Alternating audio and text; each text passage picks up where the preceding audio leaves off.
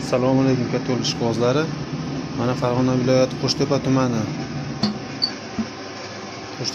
Qumtepa bozor yoniga zararson mufeliga o'rnatgan 30 kilovatli zakritli sistemaga o'rnatgan katta yo'limizni 2 oy oldin ustanovka qilib ketgandik.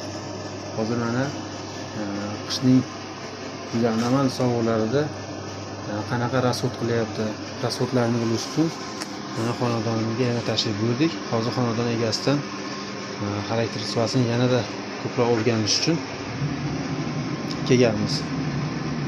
Hozir mana xonadon egasidan so'raymiz, sutkasiga yoki bir qop ko'mirda necha soat yo'q ekanligini so'rab o'tamiz. Assalomu alaykum aka, yaxshimisiz? Aka, 2 oy oldin katta yo'l berdik sizga. O'zimiz ustanovka qilib ketgandik. Katta yo'limiz qalay yonyapti aka? Yaxshi, zo'r aka. Qishda mana shu Ko'ngillar eshitdi, yaxshi, zo'r. Maza qilib issiqqina o'tiribmiz mana, xudo xolasa. Hozir mana juda anomal sovuqlar bo'ldi. Shu sovuqlarda bir qopini necha soat yoqdingiz aka? Qanaqa ko'mir yoqdingiz? Belolma degan ko'mirda bir sutkasiga o'sha bir qop ketdi, 45 kilolik qopdi.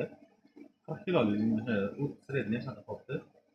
Bir sutkasiga yoqdi, masalan, kech payti unda yoqadigan bo'lsa, ertasigacha bemalol issiqqina o'tiribdi. Aka, bu halol o'zingiz yoqayotgan demasa, siz bilan hech qanaqa shartnomamiz, bir katta yo'lda reklama qilish unaqa narsa yo'q. Borini aytaman. Hozir uyingizda bitta video ko'ramiz, hali ko'rinish chiqasatmi? Mana shu 2 etajli xonadon. Fasad qismi hali unchalik bo'lmagan, lekin ichkari polniy jihozlarni bitib bo'lgan. Uyni ichini ham videoga olib berardim, lekin hozir xonadon egalari borligi uchun shu yerdan nima qilaman. Aka, bu xonadon necha kvadratdan iborat? 250 kvadrat pasi.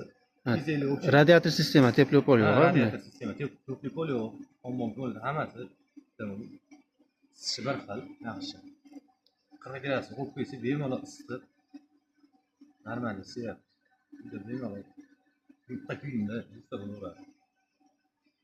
Demak, katta yo'lda bemalol O'zbekiston bo'yicha tavsiya qilaverasiz, maslahat beraverasiz aka. Gaz, svetdan ko'ra katta yo'lda ham ekonomishni, ham issiqligi ham zo'r.